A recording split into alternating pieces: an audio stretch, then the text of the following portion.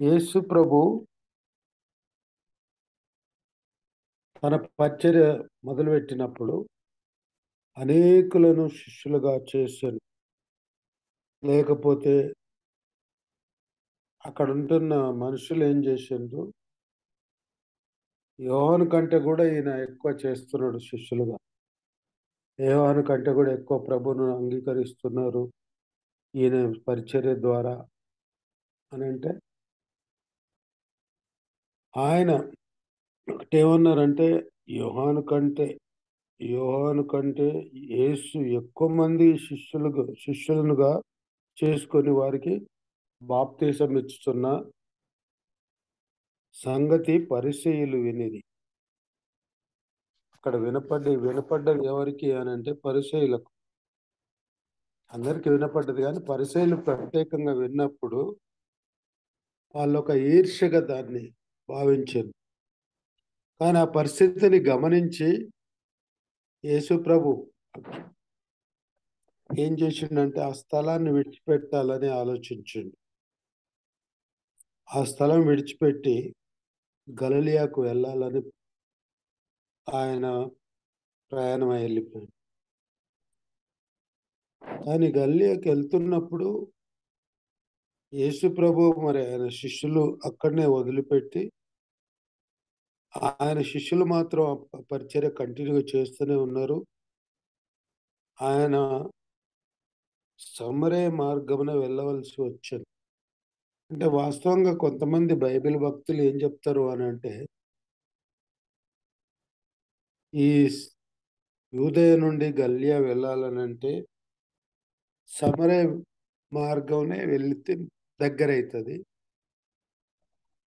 కానీ సమరయ కాకుండా యూదులు ఏం చేస్తారంటే, యూదుల నుంచి సమరయ గుండా వెళ్ళకుండా దగ్గరైనా కూడా చుట్టు మార్గం ఎంచుకుంటారు. చక్కటి మార్గం ఎంచుకోకుండా చుట్టు మార్గం ఎంచుకున్నాడు యేసుప్రభు. యూదులు యూదులు వెళ్ళాలి అని అంటే, గలిలయకు వెళ్ళాలంటే అక్కడి నుంచి యూదా దేశం నుండి యోర్దాన్ నది దాటి అక్కడి నుంచి గలిలయకి వెళ్తారు. అది కొంచెం లాంగ్ వే. అయినప్పటికీ కూడా యేసు ప్రభు వెళ్ళాల్సి వచ్చినప్పుడు యేసు ప్రభు సమరయ మీదుగా వెళ్తున్నాడు. మనందరికి తెలుసు ఒక ప్రశ్న, యూదులు సమరయ పైన ఎందుకు వెళ్ళరు? సమరయ పై నుండే ఎందుకు వెళ్ళరు? చాలా షార్టెస్ట్ రూట్ గలిలయకు వెళ్ళాలి అని అంటే సమరయ పై నుండి వెళ్ళరు. ఎందుకు అని అంటే అక్కడ సోషల్ డిస్టెన్స్, అంటే ఒక రకంగా ఇప్పుడు మనం చూస్తున్నది అంటే అంటరానితనం. అంటరానితనం. యూదులు ఎంత నిష్ట కలిగిన వాళ్ళు అంటే, కనీసం ఆ దేశం మీదంగా కూడా వాళ్ళని దగ్గరికి రానియరు. వాళ్ళు ఏదన్నా ముట్టుకుంటే వీళ్ళు దాన్ని వాడరు. కానీ అటువంటి దేశం అంటే కొంతమంది చెప్పేది ఏంటంటే, యూదులలో మొట్టమొదటిగా యేసు ప్రభువే ఆ వయా సమరయ వెళ్ళినట్టుగా మనం వింటున్నాం. కొంతమంది బైబిల్ భక్తులు చెప్తా ఉంటారు, ఎవరు వెళ్ళలేదు. అయితే ఇక్కడ చూడండి, ఇక్కడ ఆయన ప్రణాళిక ఏ విధంగా ఉన్నది. ఇక్కడనేమో ఒక క్రిటిసిజం వచ్చింది. క్రిటిసిజం ఏంది? పని ఎక్కువ చేస్తున్నాడు యోహాను కంటే. పరిసయ్యులు అనుకుంటున్నారు ఈయన ఏంది యోహాను కంటే ఎక్కువ బాప్తీసాలు ఇస్తున్నారు. ఆయన ఒక బాప్తీసం కూడా ఇవ్వలేదు, శిష్యులే ఇస్తున్నారు. అనేకులను శిష్యులుగా చేస్తున్నారు. అంటే పరిచర్య మల్టిప్లికేషన్ చాలా ఒత్తిడిగా, అంటే చాలా స్పీడ్గా జరిగిపోతుంది. అయితే ఈయన సమరయ పట్టణం నుంచి వెళ్ళినప్పుడు మధ్యలో యాకోబు బావి ఒక చోట ఉంది. యాకోబు బావి అనేది చరిత్రలో పాత నిబంధనల కంటే కొత్త నిబంధనలో ఇది స్పెసిఫిక్గా అది యాకోబు బావి సమరయ దేశంలో ఉంది. ఆ సమరయలో అంటే మరి అప్పుడు మరి పాత నిబంధనలో వాళ్ళు అక్కడ ఎట్లా ఉండేదో, ఎంతమంది ఉండేదో, మరి దాని పేరు ఏ విధంగా ఉండేదో.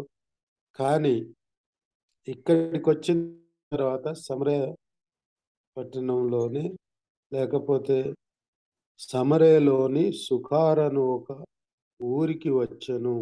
యాకోబు కుమారుడైన యోసేపుకి ఇచ్చిన భూమి దగ్గర సమరయలోని సుఖారను ఒక ఊరికి వచ్చింది.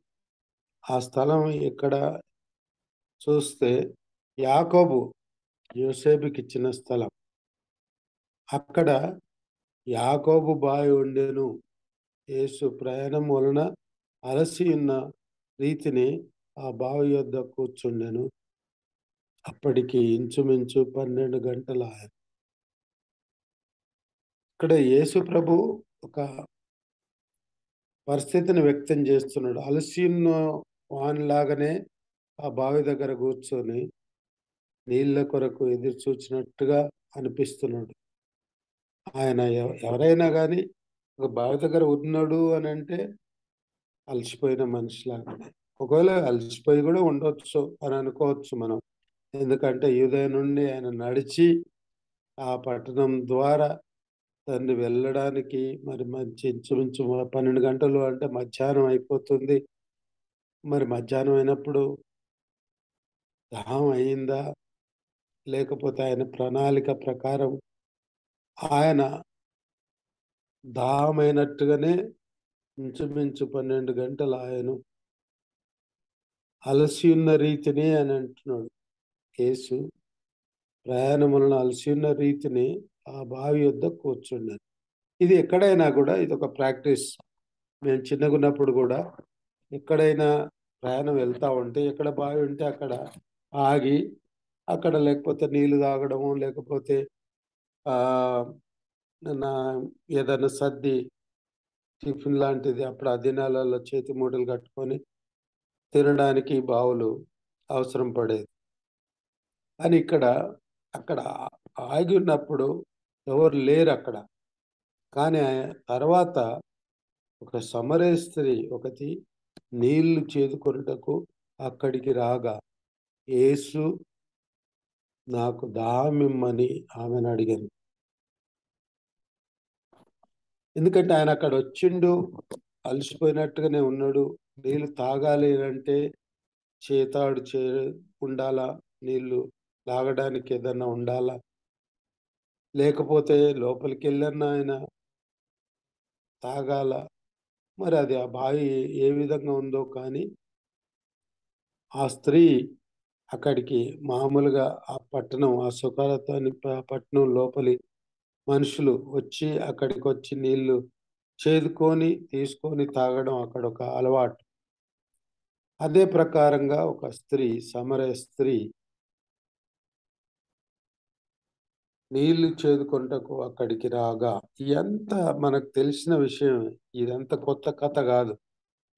కానీ ఈ ప్రణాళిక చూడండి, యేసయ్య ప్రణాళిక యూదయ నుండి యూదులందరూ వెళ్ళినట్టుగా ఆయన యోర్దాను నది దాటి గలిలయకు వెళ్ళి ఇట్లా రౌండ్ ట్రిప్ చేయకుండా ఇక్కడ ఒకటి బ్రేక్ చేసిండు. రూల్ బ్రేక్ చేసిండు. ఏంటంటే ఆయన ఎవరు ఏ యూదుడు కూడా వెళ్ళకుండా, ఎటువంటి వాళ్ళు కూడా అక్కడి నుంచి సమరయ పట్టణంలో వెళ్ళలేదు. కానీ ఈయన మాత్రం అక్కడి నుంచి వెళ్ళాడు. షార్ట్ కట్ రూటే వచ్చిండు. ఒకటి. రెండవది, అక్కడ ఒక స్త్రీని కలుసుకోవడానికి అవకాశం దొరికింది. సమరయ నుండి వెళ్ళడమే కాకుండా సమరయ ఆ యొక్క స్త్రీ నీళ్లు తాగడానికి ఆమెను నీళ్లు అడుగుతా ఉన్నాడు. ఇంకా అది ఎంత అంటరాని స్థలం చూడండి. ఆ యొక్క స్థలం దొరకడమే వాళ్లకు, ఆ సమరయ పట్టణమే అంత నిష్ట.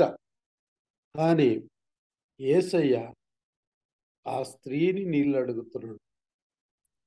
ఈ పరిస్థితి మనం గమనించినప్పుడు యేసు ప్రభు ఒక సోషల్ బైకాట్ ఏదైతే ఉందో దాన్ని బ్రేక్ చేసినట్టుగా ఆ యొక్క పరిస్థితినంతా బ్రేక్ చేస్తా ఉన్నాడు.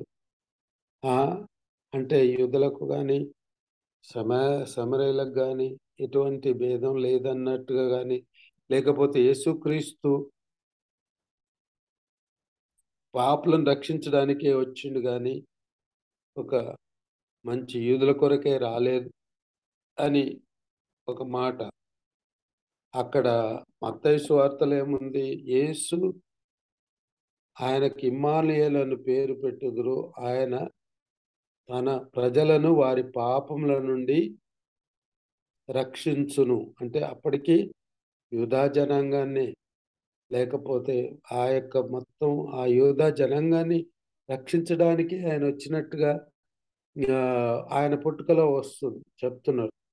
కానీ ఇక్కడ సమరయులను కూడా ఒక సమారిటన్ దేశానికొచ్చి, సమరయ దేశానికొచ్చి ఒక సమరయ స్త్రీని మరి ఆయన నీళ్ళు అడుగుతా ఉన్నాడు.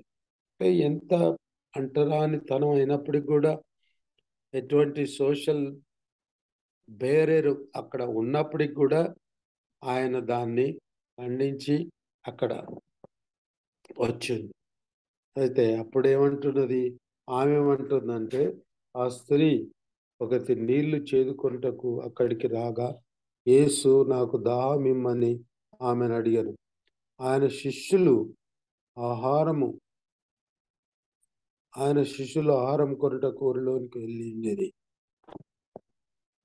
వాళ్ళంతా అంటే శిష్యులతో పాటుగానే వచ్చినట్టుగా మనం గమనిస్తున్నాం. ఈ వచనానికి వచ్చేసరికి ముందు మనకు ప్రత్యేకంగా లేదు కానీ అందరూ బయలుదేరి అదే ప్రాంతం వచ్చి వాళ్ళేమో భోజనం కొరకు ఊరిలోనికి వెళ్ళి అది తీసుకురావడానికి వాళ్ళు వెళ్ళిండ్రు, భోజనాన్ని సిద్ధపరచడానికి. కానీ ఈయనైతే బావి దగ్గరనే కూర్చొని ఒంటరిగా అక్కడ కూర్చున్నట్టుగా మనం చూస్తున్నాం. అంటే అక్కడ కొంత ప్రైవసీ. శిష్యులు ఇక్కడ ఏం జరుగుతుందో శిష్యులకు తెలియదు. ఆ సమరయ స్త్రీ ఒకవేళ శిష్యులు ఇక్కడ ఉంటే ఆ సమరయ స్త్రీని నీళ్ళు అడుగుతూ ఉంటే కూడా, అయ్యో ఆమె సమరయ స్త్రీ కదా, యూదులం కదా, మనం వాళ్ళని అడగకూడదు, ఆమెను అడగకూడదు అని చెప్పిండేటోళ్ళు. కానీ వాళ్ళు శిష్యులైతే అప్పుడు పట్టణానికి వెళ్ళిండ్రు. ఈయన ఇక్కడుండి ఆమెను నీళ్ళు అడుగుతా ఉన్నాడు. సమరయ స్త్రీ, యూదుడవైన నీవు సమరయ స్త్రీనైన నన్ను దాహమునకిమ్మని ఎలా అడుగుచున్నావని ఆయనతో చెప్పెను. ఏలైనగా యూదులు సమరయులతో సాంగత్యము చేయరు. అక్కడ ఆ అమ్మాయికైతే తెలుసు. అంటే ఆయన యూదుడని గమనించిండ్రు. ఎందుకంటే ఆ వేషాన్ని బట్టి అక్కడి నుంచి యూదా నుండి బయలుదేరి వచ్చిన సంగతి, అంటే ఆ వేషం చూసి ఆ తల వెంట్రుకలో లేకపోతే వాళ్ళు యూదుల వేషం కూడా సపరేట్గా ఉంటుంది. ఆమె యూదుడమైన నీవు ఎందుకు నన్ను అడుగుతున్నావు? నేను సమరయ స్త్రీని, సమరయులైన నన్ను నీవు ఎట్లా అడుగుతున్నావు అని మాట అడిగినట్టుగా మనం చూస్తున్నాం. నేను ఎక్కువగా విశేషంగా వెళ్ళకుండా ఇక్కడ ఉన్న సంభాషణ గురించి మాట్లాడుతా ఉన్నా. ఒకటి, ఈ యొక్క పరిస్థితిని గమనించితే యేసు అక్కడికి వచ్చిన తర్వాత ఒక మాట అంటుండిందంటే, యూదులు సమరయతో సంబంధం చేయరు. అక్కడ ఎంత పెద్ద మాట అమ్మాయి చెప్తా ఉంది.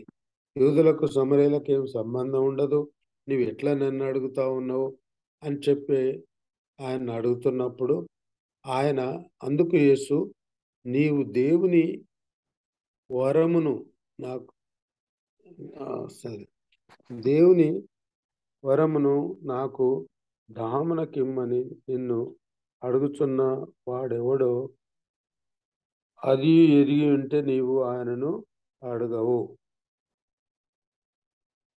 అంటే ఒకవేళ ఆమె ఏమంటుందంటే, ఒకవేళ నీవు నీళ్ళు అడిగటాయన ఎవరో నీకు తెలిస్తే నీవు ఈ మాట అడగవు. నీవు ఆయన నీకు జీవమిచ్చునని, జీవజలమిచ్చునని ఆమెతో చెప్పాను. అంటే జీవజలం ఇస్తా. అప్పుడు ఆ స్త్రీ, అయ్యా, ఆ బావి లోతైనది, చేదుకొనుటకు నీకేమీ లేదే, ఆ జీవజలము ఎలాగు నీకు దొరుకును? అంటే ఆయన చెప్పేది ఏంటంటే ఆ జీవజలం అనేది ఆయనే కాకుండా, ఆమెకు అర్థమైంది ఏంటంటే ఆ జీవజలం లోపల ఉంది కానీ నువ్వు ఎట్లా తీసుకుంటావు? నీ దగ్గర లేదు, ఏం లేదు, తాడు లేదు, బకెట్ లేదు, ఏటి లేదు, ఏ విధంగా తీసుకుంటావు అని అంటున్నది. నీకు ఆ జీవజలం నీకు ఎలాగ దొరుకును? తానును తన కుమారులను పశువులను ఈ బావి నీళ్లు తాగి మాకిచ్చిన మన తండ్రి అయిన యాకోబు కంటే నీవు గొప్పవాడవా అని ఆయనను అడిగాను. అందుకు యేసు, ఈ నీళ్లు తాగు ప్రతివాడును మరలా దప్పిగొనును, నేనిచ్చు నీళ్లు త్రాగు వాడెప్పుడునూ దప్పిగొనడు. ఇక్కడ షార్ట్ మనం కొన్ని ఆలోచన చేస్తే, ఈ నీళ్లు తాగు ప్రతివాడు మరలా దప్పిగొనడు.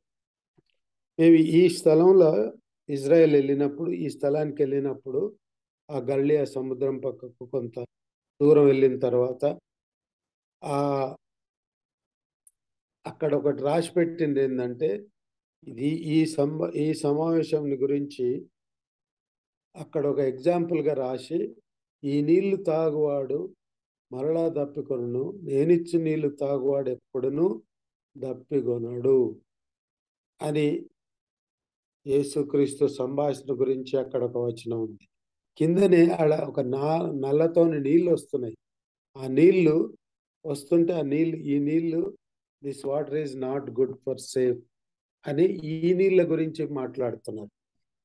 అక్కడ రెండు అక్కడే అంటే మీద రాసిందేమో బైబిల్ వచ్చినాం, కిందనేమో యాక్చువల్గా అక్కడ ఉన్న నీళ్లు ఇవి, this water is not safe అని అక్కడున్న అంటే జనరల్గా చెప్తున్న ఈ మాట.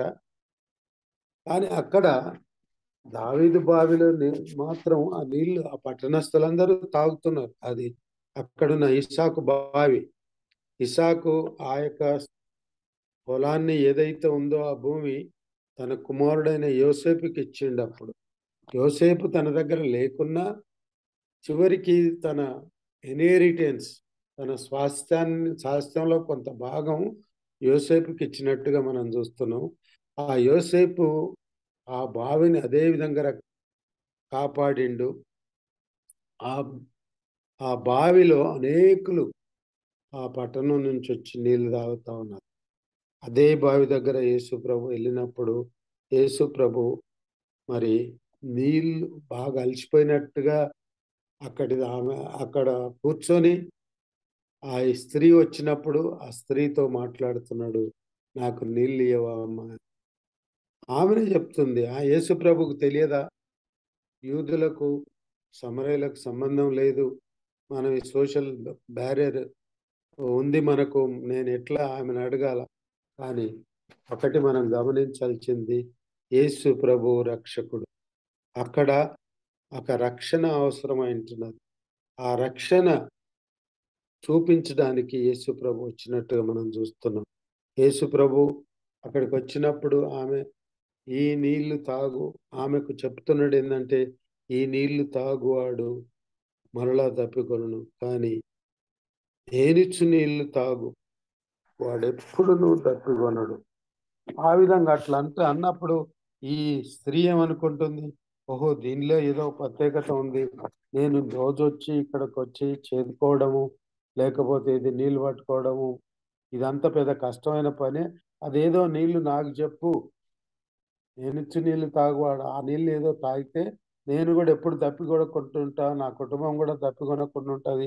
ఆ ఆ ఆ మార్గం అదేంతో చెప్పు అని అంటే, యేసు ప్రభు చెప్పింది ఆయన, నేనిచ్చు నీళ్లు అంటే అనగా నిత్య జీవాన్ని ఇస్తున్నాడు. ఆయన నిత్య జీవాన్ని ఇస్తున్నాడు అన్న సంగతి ఆమె తెలియక, నీకు జీవజలం ఇచ్చునని ఆమెతో చెప్పాను, జీవజలం ఇచ్చునని. అంటే జీవజలము అంటే ఎప్పుడు ఆ యొక్క రక్షణ మళ్ళీ మళ్ళీ ఒకసారి పొందిన తర్వాత మళ్ళీ మళ్ళీ అవసరం లేదు. ఆ దృష్టితోని ఆత్మీయంగా యేసుప్రభు మాట్లాడిండు గానీ, ఈమెమనుకుందంటే, అటువంటి నేనిచ్చే నీళ్ళు, నా నీళ్ళేందో నువ్వు నాకియ్యి. నేను మళ్ళీ మళ్ళీ దప్పి కొనకుండా, మళ్ళీ మళ్ళీ ఇక్కడికొచ్చి మోసుకొని వెళ్ళకుండా, ఆ! ఇ ఇదంతా ఏదో ఇదిగా ఉంది గాబట్టి, నువ్వు ఆ నీళ్ళేదో నాకియ్యి అనంటే, అప్పుడు యేసుప్రభు ఏమంటాడు? యేసుప్రభువు దానికి సమాధానం ఏందంటే, తండ్రిని ఆరాధించుము, నా మాట నమ్ముము. మీకు తెలియని వాటిని ఆ ఆరాధించువారు. మేము మీకు తెలిసిన వాటిని ఆరాధించువారు. దానిని ఆరాధించువారం. రక్షణ యూదుల నుండియే వచ్చును. ఇప్పుడు ఒక సమావేశం అంటే ఇప్పుడు నేను కట్ చేసి చెప్తా ఉన్నా. ఆ యొక్క రాజ్య సువార్త లేకపోతే ఒక దేవుని సువార్త, గుడ్ న్యూస్ అక్కడికొచ్చిందన్న సత్యాన్ని ఆయన జ్ఞాపకం చేస్తున్నాడు. నీవు అడిగేది మామూలుగా నీళ్లు గాని, నేను మీకు అనుగ్రహించేది ఒక రక్షణ. ఒక రక్షణ. అయితే ఈ కాన్వర్జేషన్‌లో ఈయన ఎవరు, ఎవరు, ఎవరు అని ఆమెకొక ప్రశ్న వస్తా ఉంది. ఇప్పుడు మనకెవరికైనా గాని ఏంటి ఈయన పెద్ద పెద్ద పెద్ద మాటలు మాట్లాడుతున్నాడు. మరి అసలు ఈయన ఎవరు? నీవెవరు? అయితే యథార్థముగా నన్ను ఆరాధించువారు ఆత్మతోను, సత్యంతోను తండ్రిని ఆరాధించు కాలం వచ్చుతున్నది. అది ఇప్పుడే వచ్చి ఉన్నది. నన్ను ఆరాధించువారు అట్టివారే కావాలనని తండ్రి కోరుచున్నాడు. దేవుడు ఆత్మ గనుక ఆయనను ఆరాధించువారు ఆత్మతోనూ, సత్యముతోనూ ఆరాధించవలెను. ఆ స్త్రీ ఆయనతో క్రీస్తు అనబడిన మెస్సీయ వచ్చునని నేను ఎరుగుదును. ఆయన వచ్చినప్పుడు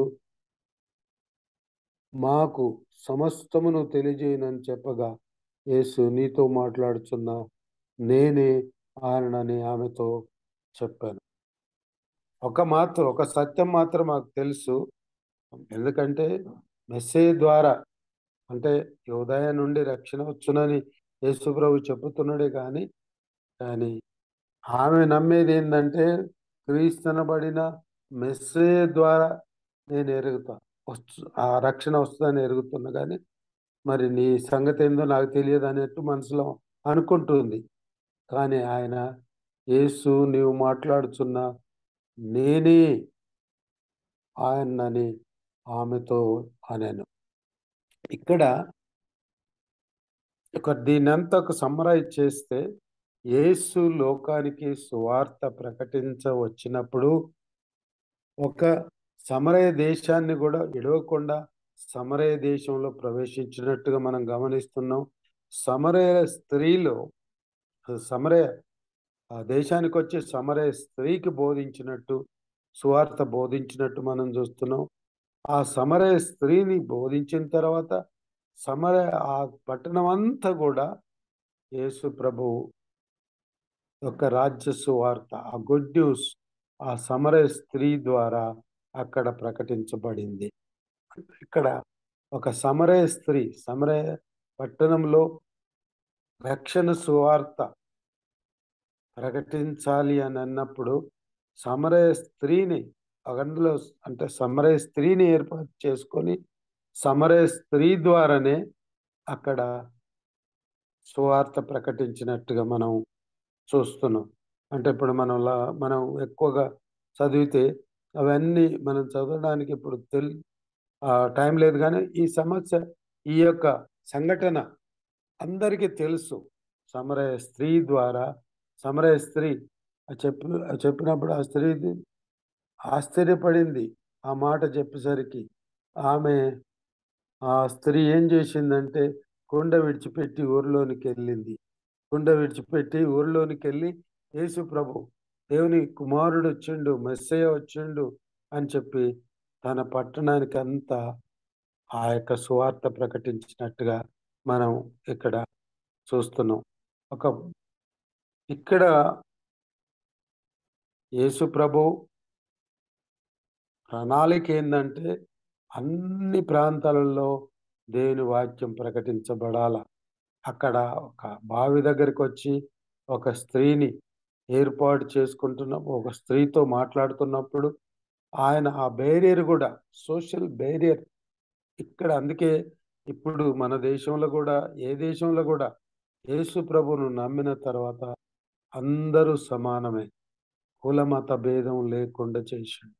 కులమతం భేదం ఎప్పుడు ఒక సమరయ స్త్రీతోనే మాట్లాడినప్పుడు, సమరయ స్త్రీని నీళ్లు అడిగినప్పుడు, సమరయ స్త్రీకి ఒక మాట చెప్తున్నాడు ఏందంటే, "ఈ నీళ్లు తాగు వాడు మరలా తప్పికొనును గాని ప్రతివాడు మరలా తప్పికొనును గాని నేనిచ్చు నీళ్లు తాగు ప్రతివాడును మరలా దప్పి తప్పికొనడు మరల ఎన్నడూ తప్పికొనడు" అని ఉంది. మరి ఈ సత్యం అంటే ఒకసారి ఈ యొక్క రక్షణ ఆ యొక్క ప్రాంతంలో ప్రచురించడానికి లేకపోతే అక్కడ సువార్త ప్రబలం చేయడానికి ఒక స్త్రీని ఏర్పాటు చేసిండు ప్రభు. ఆ స్త్రీ ద్వారా ఆ యొక్క పట్టణమంతా రక్షణ సువార్త. ఆమె కుండ విడిచిపెట్టి వెళ్ళిపోయింది. ఇంకా దాహం గురించి మాట్లాడలేదు. ఆమె నీళ్లు తీసుకుపోయినట్టుగా మనం గమనిస్తలేం. కానీ ఆమె రక్షణ తీసుకొని వెళ్తుంది. ఎప్పుడైతే ఈ మాట విన్నదో, యేసు నీతో మాట్లాడుచున్న నేనే ఆయననని చెప్పాను. అప్పుడు ఆ మాట విన్న వెంబడే ఆయన శిష్యులు కూడా ఆ పాటికొచ్చిండ్రు. ఆయన స్త్రీతో మాట్లాడటం చూచి ఆశ్చర్యపడిరి. కానీ నీకేమి కావాలని ఈమెతో ఎందుకు మాట్లాడుచున్నావని ఆయనను ఎవడు అడగలేదు. ఇక్కడ శిష్యులొచ్చినప్పుడు వాళ్ళకి ఆ ధైర్యం లేదు. అయ్యా! ఈ శి ఈ సమరయ స్త్రీతో నువ్వెందుకు మాట్లాడుతున్నావు అని ఏ క్వెషన్ చేయలేదు. కానీ ఆ లోపలనే ఆ స్త్రీ ఆ కొండ విడిచి ఊరిలోనికి వెళ్ళి, మీరు వచ్చి నేను చేసినవన్నీయు నాతో చెప్పిన మనిషిని చూడి, ఈయన క్రీస్తు కాడా అని ఊరివారితో చెప్పగా అంత ఆశ్చర్యకరుడు, ఆలోచనకర్త. ఆ ఆశ్చర్యకరుని గురించి ఆ ఊర్లో చెప్పిండు. రండి చూడండి. ఒక రక్షకుడొచ్చిండు. ఆయన మెస్సీయ కొరకు మనం ఎక్కడైతే కనిపెట్టుకుంటా ఉన్నామో, మనం మాట్లాడుతున్నామో మెస్సీయ వస్తాడని, ఆ మెస్సీయ ఆల్రెడీ ఇక్కడికొచ్చిండు. రండి చూడండి అని చెప్పి ఆయా సమరయ స్త్రీ ఆ కొండ విడిచిపెట్టి ఎప్పుడైతే ఊర్లోనికి వెళ్ళి అందరికి ప్రచురం చేసింది. అంటే ఎప్పుడైతే తన సత్యాన్ని తెలుసుకున్నదో వెంటనే ఆమె ఊర్లోనికి వెళ్ళి ఆ సత్యాన్ని బోధించినట్టు మనం గమనిస్తున్నాం. నేను చెప్పిన మాట 2, 3 సార్లు ఎందుకు చెప్తున్నా అంటే మనం ఈ ఈ ఈ ఇక్కడ ఒక సమరయ స్త్రీని ఏర్పాటు చేసుకోవడం ప్రత్యేకత. ఎక్కడ ఏ ఎటువంటి ఆమెకు ఒక ఎడ్యుకేషన్ ఉందని కాదు, లేకపోతే ఒక ప్రత్యేకత ఉందని కాదు గానీ, యేసు ప్రభు ఒక్కొక్కరిని తన పరిచర్య జరిగించుకోవడానికి ఒకరిని ఏ చదువున్నా లేకపోయినా, ఏ కులమైనా, ఎవరైనా గానీ యేసు ప్రభు ఏర్పరచుకుంటున్నాడు. వారి ద్వారా తన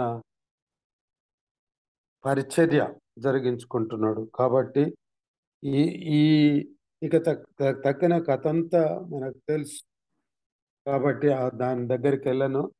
మరి యేసు ప్రభువు చేసిన ఈ యొక్క గొప్ప కార్యం, గొప్ప కార్యం మనకు కూడా యేసు ప్రభువు దేవుడని, రక్షకుడని మనకు తెలిసినప్పుడు, మనం ఇతరులకు బోధించడం, లేకపోతే మన పట్టణంలో వెదజల్లడం అది మన బాధ్యత. కాబట్టి దేవుడు మనందరిని ఆశీర్వదించి, మనం కూడా